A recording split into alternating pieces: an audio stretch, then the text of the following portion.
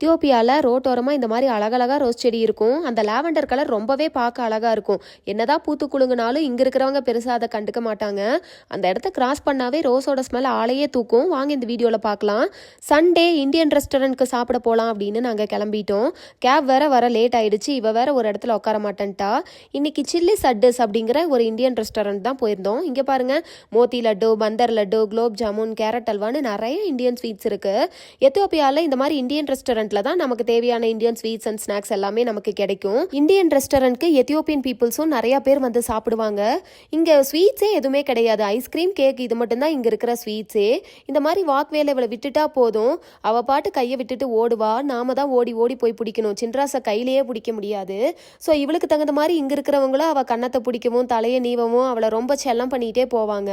யூஎஸ்யூகேலாம் எப்படின்னு தெரியாது, பட் எத்தியோப்பியன்ஸ் வந்து இந்தியன் பீப்புளை ரொம்ப லைக் பண்ணுவாங்க.